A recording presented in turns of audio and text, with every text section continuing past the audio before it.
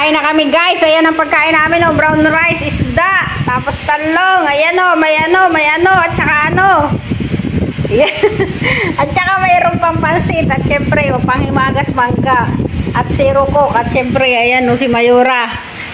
Kayo Mayura. Gutom na nga aking Mayura. Kakain na kami guys. Let's eat. Kitay, kilikili. Walang taasan ng kilikili kasi madilim. Ayan, kain na tayo guys. Ayan, mag-uumpisa na naman kami magkain ni Evelyn. Ayan, bakit namin po? Madilim yung akin. Ano na, parang madilim ano. Grabe yung dilim. Kain tayo guys. Talaga kalpapayat guys. Tingnan nyo guys oh. Palubo na palubo ka Dahil rin. pagkain. Kamay na naman. Pansit? Masarap pansit. Pansit pero kailangan magkanin kasi tanghalian ngayon. Ay, naparami naman yung kuha ko. Ano ba yan? Yee, kain tayo guys. Magkamay lang talaga ako guys para makabelo. Ayan. Parang ang sarap din magkamay. Magkamay kaya ako. Ang laki ng braso namin.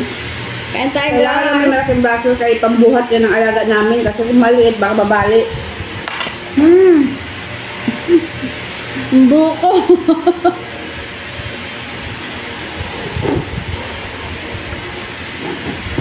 Alam nyo yung electric pan namin kali-kaliwa.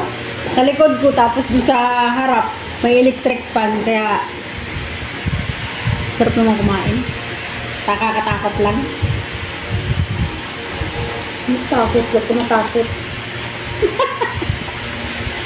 Ang sarap talaga kumain guys pero nakakatakot. Takot sa kung wala kang kinakain. Nakakatakot kasi baka tayo ay ma-over.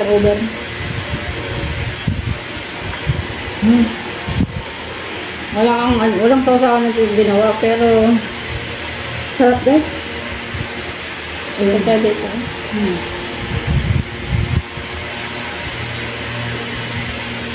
Hindi makita pagkain natin. Di ba?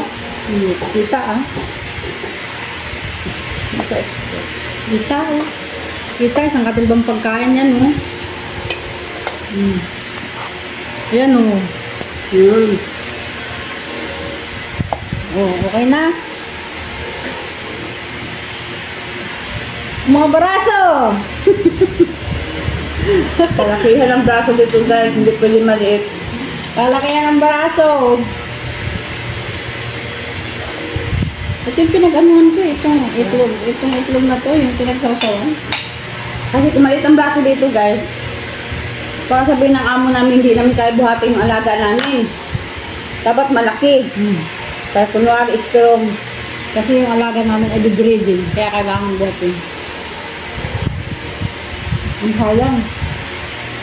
Dalawang sili kayo nila ito ba? Sarap. Sama-sama lang, sama-sama na. Sarap! Kain kayo guys. Nainggit na naman kayo no? Wala kayo dyan. Shoutout din sa mga mukbangers dyan. Shoutout din sa mga solid and liquid. At doon sa mga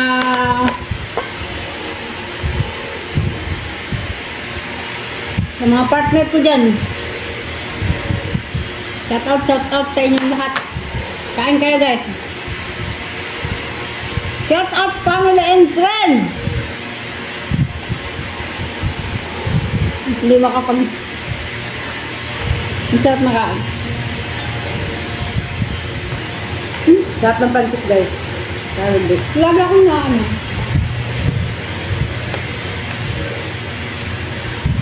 Hangin kasi.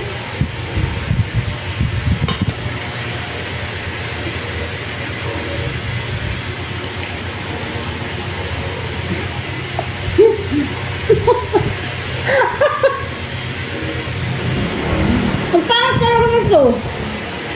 Hindi na pang sa dulo. Hindi ako marunong umangit yan. Hindi ko gaya ng ano. Chopsticks ko. Nawala ko na yung chopsticks ko.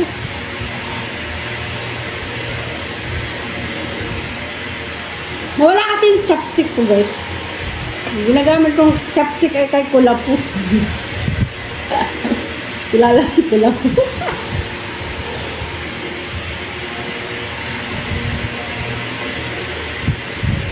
Wala ang alat, no? Ang pansit. Hindi ah.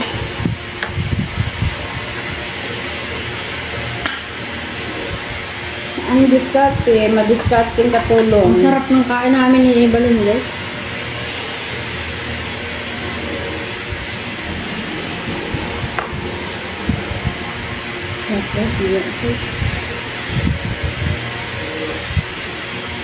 Ayaw daw ni Evelyn sobrang maganda, baka pauwiin sa Pilipinas.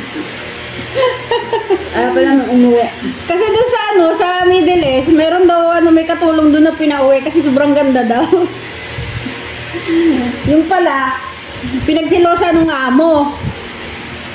Ano ba? Maganda nga siya, guys. Pero lumabas sa banyo ba naman ay nakatapos ng tuwalya? Saan ka nakakita ng gano'n na nakatulong, no? Totoo ba yun? Nakatapos siya? Nakatapos daw ng tuwalya. Tapos ayun, nakita ng awang babae. Siyempre, ang mga Arabo kaya, ang mga silosa yun. Diba? Kahit itong mga Chinese, ang mga silosa yun, ha? Ay, kami lang kasi dito na Evelyn, laging dalawa. Tsaka matandang dalaga lang kasama namin. Tapos yung maestra, silosa rin yun. Kaya bumukod sila ng tirahan kasi may asawa nga siya. Bumukod siya ng tirahan. Kaya kami, 4 na lang dito sa bahay natin.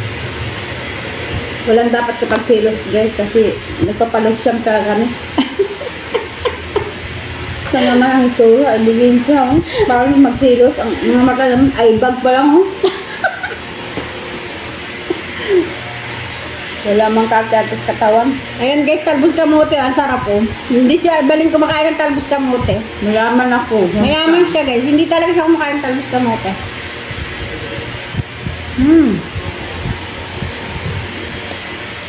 Ang asim.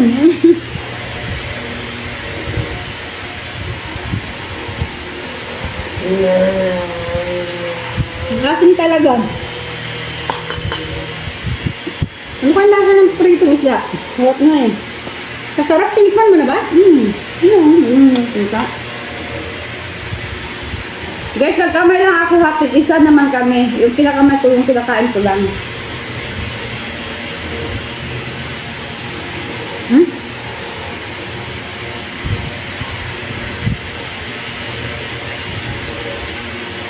Masarap yung loob, hindi siya ano. Shout out sis Lydia. Kasi hindi lang kaya mong i-shout out. Feeling ko magkasundo kami sa pagdating sa kainan si Lydia eh. Hindi mo isa-shout out si Kaberton. Ay, Kabertod. Mahilig din yung magluto ah. Ay, ganun. Sobrang alat nga lang ang magluto. Shout out mo si Kaberton. Ay, Kabertod, kain. I-shout out sa inyo lahat dyan. Wala, Mayora Babes Time, Wapalatlot, Mamukora, MJ, Daddy, DIY Daddy, Sir Jess, Ma'am Lydia, shout out, at saka sa Solid and Liquid. Kain tayo guys, ang sarap ng kain ko. Sarap doon ng kain ko, konti lang kain ko. Alam mo guys, makakain lang ako ng ganito. Pag sinisipag sa Alicia, dumidaskarte.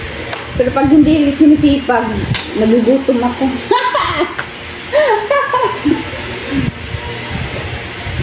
Makakain ko nga. Siya lang talagang masipag dumiskarte dito kasi wala kami pagkain ng amo namin yung tira-tira lang gabi. Yun ang iniiwan sa aming pagkain. Kaya ginagawa natin siya, dumidiskarte talaga siya. Ay, siyempre, madiskarte ako eh. O, diba? Kaya hindi magugutom yung aking family kasi madiskarte ako. O, diba? Kaya guys, hindi kayo magugutom. Pag nasa feeling ko kayo, ay, totoo, charot! totoo.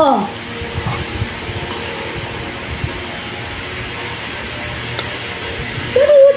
Pagkasama niyo sa Talisha, lagi kayong busog. Nagdadahit ako eh, pumapayat na nga ako eh. Nung pumunta siya ng Pilipinas ng buwan, nagulat siya pumayat ako. Nung bumalik siya, walang hiya, bumalik na naman katawan ko. Kasi pumayat na ako eh. Lagi lang kain mo. Lakas kasi ng electric pa. Pa? Saan ako hindi? Hindi ko magulay ka Evelyn. Sarap palang kain ko dito eh. Ito yung pancake mo. Ano pa lang, hindi ako. Yoso. Na itlog pa na maanghang. Ito sa atin, dalawang itlog, no? Subukan nyo guys magprito ng itlog na ano na maanghang. Nilagyan ko 2 sili yung itlog. Pag marami pa lang kain, pag marami pa lang pagkain guys, nakakalito ko ang unahin damputin eh.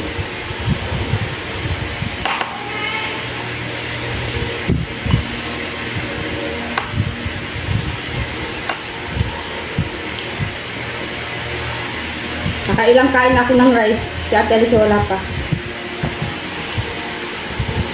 Siyempre kunti-kunti lang kain ko. Gulay lang ako.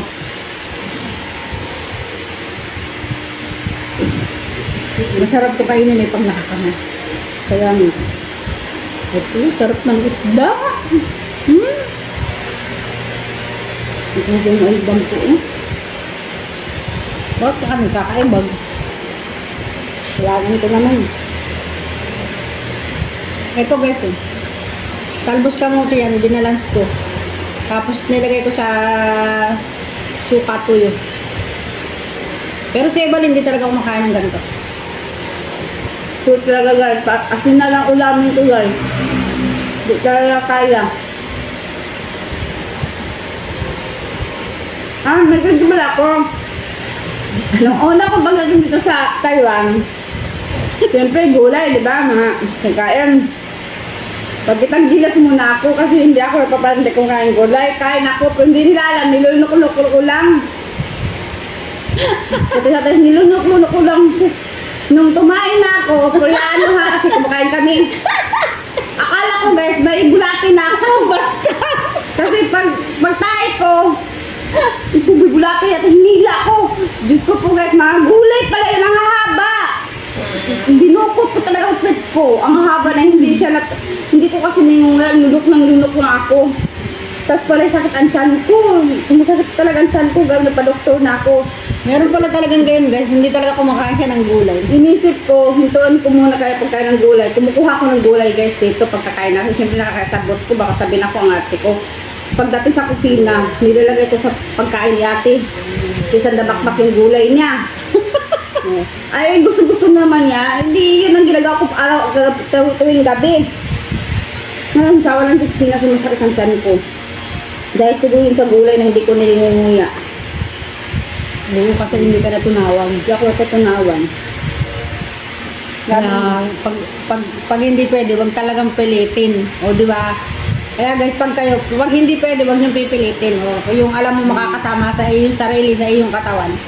Huwag mong pilitin. Huwag mo ipagpilitan yung mga maling gawain. O ayan guys, tapos na kami kumain. O, hindi pa kami nagdi-dessert. O, tingnan mo naman. O, ang sarap. O, tapos may zero cook pa. O, ayan o. So ayan guys, tapos na yung oras namin. Kaya naman maraming salamat sa inyong panonood. Ayan. Evelyn, magbabay ka na kasi. Bye-bye. Tapos na yung time natin. Bye guys. I love you all. See you sa next video namin ni Evelyn. Bye bye.